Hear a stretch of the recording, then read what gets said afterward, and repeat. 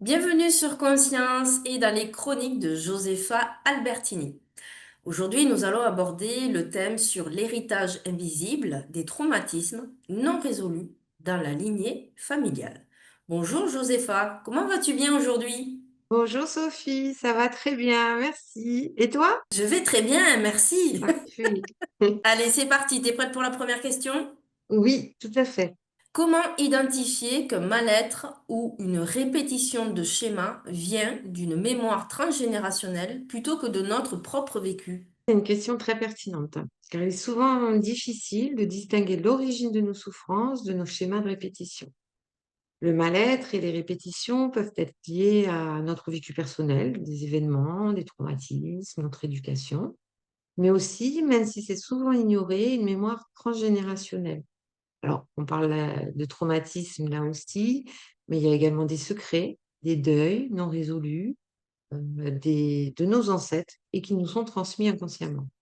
Alors, pour parvenir à faire la distinction entre ce qui vient de notre histoire personnelle et ce qui est hérité de nos ancêtres, est au cœur du travail sur soi.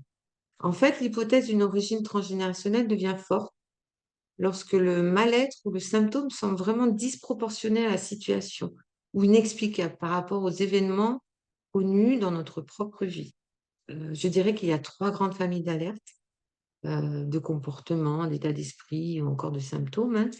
La première, c'est l'absence de cause vécue. Comme j'expliquais, on peut ressentir une culpabilité, une peur, une tristesse intense, qui ne correspond à aucun des traumatismes, choix ou événements directs dans notre vie personnelle. Ça va être plutôt un sentiment diffus, souvent présent depuis toujours, comme une espèce de fardeau qui ne nous appartient pas. La seconde, c'est la loyauté inconsciente. C'est quoi la loyauté inconsciente? C'est un schéma répétitif. Alors ça peut être un schéma répétitif, maladie, accident, divorce, faillite, que sais-je, qui se rejoue en fait sur plusieurs générations, à des âges ou des périodes similaires. C'est comme en quelque sorte si on était fidèle à une souffrance qui n'a pas été résolue dans le passé par nos ancêtres ou nos ancêtres. Donc souvent, c'est souvent quand même lié ou en réponse à un secret de famille ou un deuil non fait. Et enfin, il y a les symptômes étrangers tels que les angoisses, les phobies ou les comportements autodestructeurs qui apparaissent comme des réactions inexpliquées ou des alertes pour lesquelles notre vécu ne nous fournit pas la clé. On n'a pas de clé de lecture et à ce titre, il y a un thérapeute qui en parle très, très bien, c'est Bruno Clavier, qui dit par exemple: «Tout ce qui n'est pas dit est répété». En définitive, si on ne parvient pas à guérir d'une souffrance ou à briser une répétition, malgré le fait qu'on y travaille, heu, il est pertinent d'explorer effectivement la dimension transgénérationnelle. Cette exploration peut mettre en lumière des fardeaux qui pèsent et qui nous empêchent d'avancer ou qui nous freinent dans notre vie. Peut-on porter inconsciemment les émotions ou les destins de nos ancêtres et comment cela se manifeste-t-il dans le corps ou le psychisme? Selon les concepts de la psychogénéalogie, de la psychologie transgénérationnelle et même de la kinésiologie, pour ma part, il est tout à fait possible de porter inconsciemment le poids des émotions, des traumatismes non résolus, ou même d'influencer notre propre destin par fidélité invisible envers nos ancêtres. En fait, la transmission transgénérationnelle se produit lorsque des événements majeurs, souvent traumatiques, hein, bien entendu, ou honteux, n'ont pas pu être, verbalisés ou élaborés, les non-dits, les secrets ou encore intégrés par les générations précédentes. Lorsque l'histoire familiale est marquée par des drames, comme la guerre, un deuil non fait, un suicide, un abus, un exil où la souffrance vraiment digérée peut se transmettre de plusieurs manières. En un, on peut trouver, ce qu'on appelle le fantôme familial. Alors, qu'est-ce que c'est? C'est une structure psychique émotionnelle qui est parasitaire. Elle est issue bien souvent d'un ancêtre et elle est portée à travers, soi, de par nos cellules corporelles toujours et qui agit inconsciemment. On peut se sentir envahi par une tristesse, une anxiété, une culpabilité qui n'a pas de cause directe dans notre propre vie. Il y a aussi l'empreinte biologique et épigénétique. En effet, les traumatismes majeurs peuvent modifier l'expression de certains de nos gènes, et ces modifications influencent aussi ensuite la façon dont on va réagir au stress, aux peurs, aux émotions, et elles peuvent même créer une, vulnérabilité très élevée et qui est héritée en quelque sorte. Il y a également les symptômes inexpliqués. Alors ça peut être des blessures héritées qui se manifestent souvent par des symptômes psychologiques ou psychosomatiques. Ça peut être des phobies, l'autodestruction, des dépressions récurrentes, toujours, dans sans lien avec nos vies, avec notre vie actuelle, avec ce que l'on vit, hein, au jour d'aujourd'hui, entre guillemets, pour lesquels on trouve aucune explication. On peut également avoir des transmissions, transgénérationnelles, des répétitions de destin. Lorsqu'on reproduit, en fait, souvent sans s'en rendre compte, des schémas de vie spécifiques ont été vécus par nos ancêtres ou nos aïeux. On peut par exemple, pour que ça soit plus clair, choisir inconsciemment, des partenaires abusifs, comme sa mère ou son grand-père ou sa grand-mère, ou encore divorcer systématiquement au même âge que l'un de nos parents. Heu, on trouve aussi le syndrome anniversaire, qui sont en fait des événements importants, type maladie, accident, mariage ou échec professionnel par exemple, qui peuvent se reproduire chez nous, là encore aux mêmes âges et aux mêmes dates, on va dire, que nos ancêtres.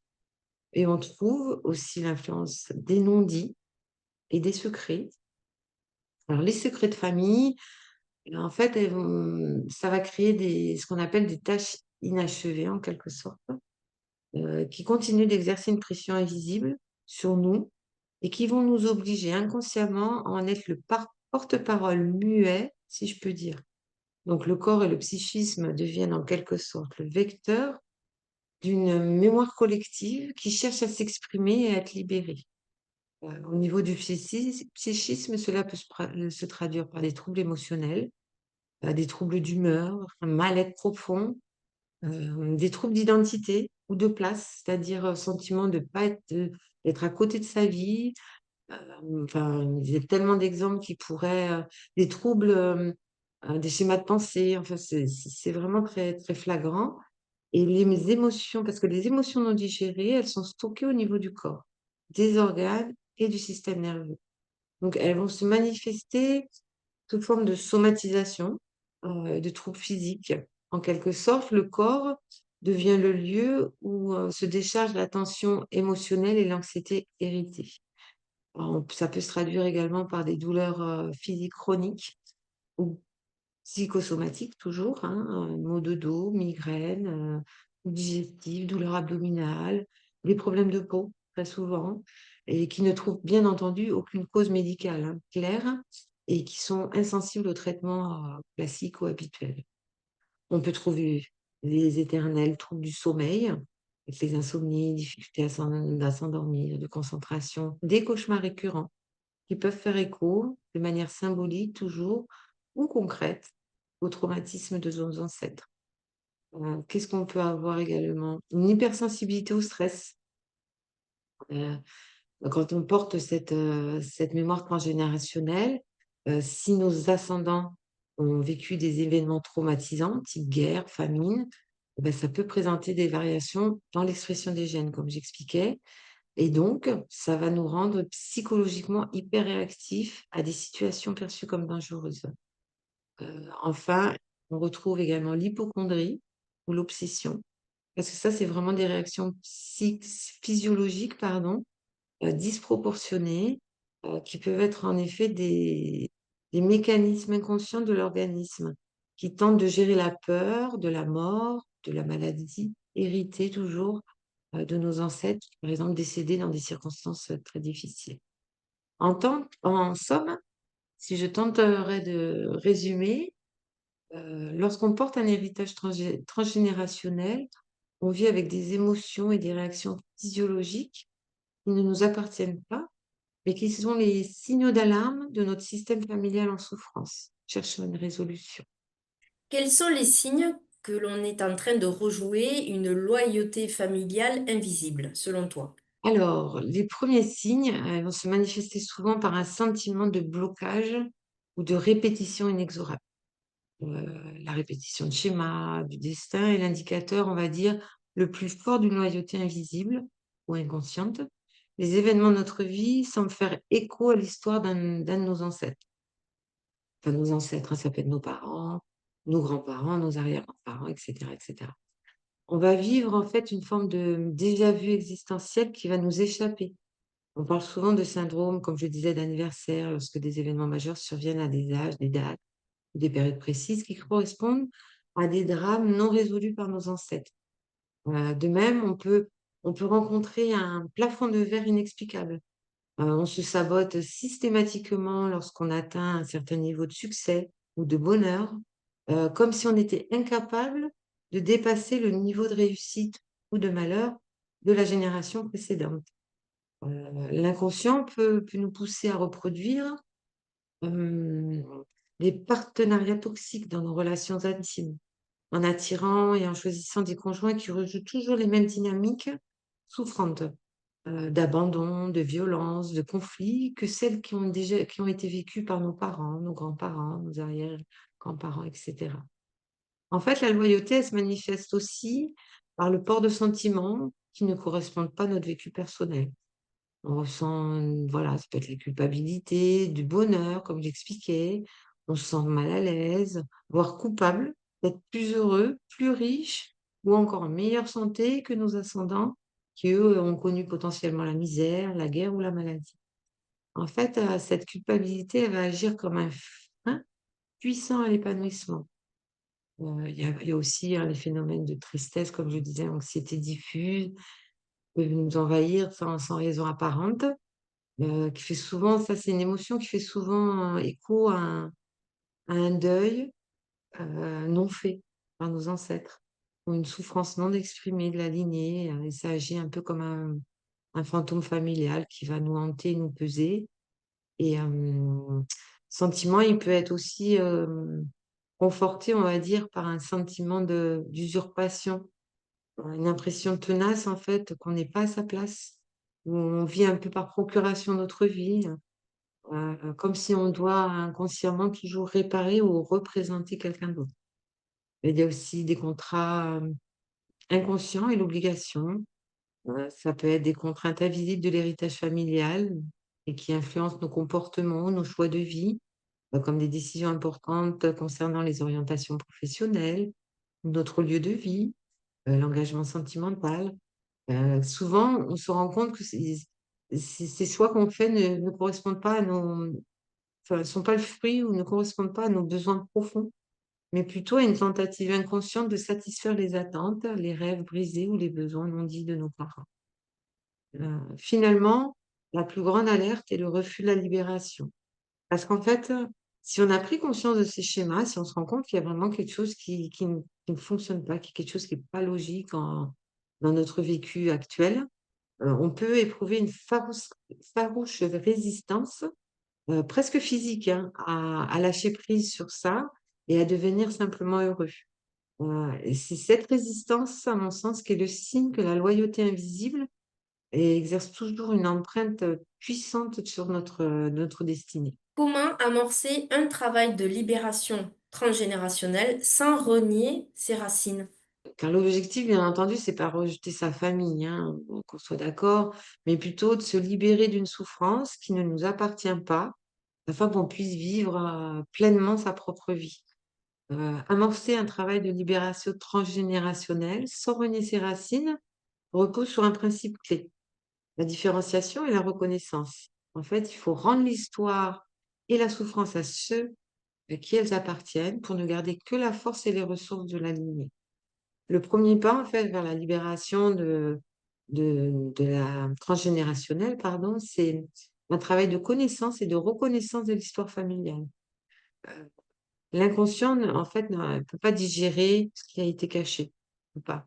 Donc idéalement, c'est pouvoir échanger avec ses proches, «enquêter» entre guillemets, avec bienveillance bien entendu pour commencer, afin de recueillir les faits, sans jugement. Heu Ce travail, en fait, c'est pas pour accuser ou pointer du doigt, mais juste comprendre la logique qui entoure cette souffrance familiale, en quelque sorte. Ensuite, il faut distinguer ce qui est de moi et de ce qui est de l'héritage. Quand on identifie un schéma ou une émotion héritée, il faut la nommer. Par exemple, cette peur, c'est pas la mienne, elle appartient à mon grand-père qui a fait faillite. Elle n'est pas ma réalité, puisque moi, au jour d'aujourd'hui, tout va bien dans le milieu professionnel, voilà, c'est florissant, etc. Cette prise de conscience, en fait, elle crée une frontière psychique qui est indispensable entre notre vécu et bien entendu l'histoire de nos ancêtres. Le respect de ces racines passe aussi par l'honneur rendu à la souffrance de nos ancêtres ou de l'ancêtre concerné. La libération, elle peut venir alors quand on leur rend symboliquement ce fardeau tout en gardant l'amour qu'ils avaient pour nous. Cela peut passer alors par le fait de s'adresser mentalement, hein, ou symboliquement à la personne concernée. Ça peut être des phrases du type: «Je vois ta souffrance, je reconnais l'injustice que tu as vécue ou autre et je t'en honore». Ça valide ton histoire et ça apaise le fantôme, familial et chercher une reconnaissance en quelque sorte à travers nous. Ça peut être aussi le fait de rendre la charge en effectuant un acte symbolique de séparation. On peut écrire une lettre, par exemple, ou encore un rituel de deuil pour les secrets familiales, ou même une phrase de libération, hein: «Je te laisse ce qui t'appartient, je prends ce qui m'appartient», tout en maintenant l'amour ou le lien affectif. Et enfin, il faut s'efforcer de garder la force, parce que la libération, c'est pas un rejet, hein, c'est une transformation. Chercher les sources, les ressources de sa lignée, la résiliation face à l'adversité, la créativité, l'amour du travail ou que sais-je, il faut intégrer ces forces positives à notre propre identité. Et en fait, le meilleur hommage que l'on puisse faire à nos ancêtres, ce n'est pas de continuer à porter leur malheur, mais s'autoriser à être heureux. La kinésiologie, hein, pour ma part, elle apporte une dimension unique et puissante puisqu'elle permet vraiment d'accéder à la mémoire corporelle inconsciente. Une fois en fait que je vais trouver la source transgénérationnelle identifiée, on va pouvoir la déprogrammer, la libérer et réintégrer l'énergie positive en déchargeant la charge émotionnelle qui est négative, qui est liée à cette empreinte.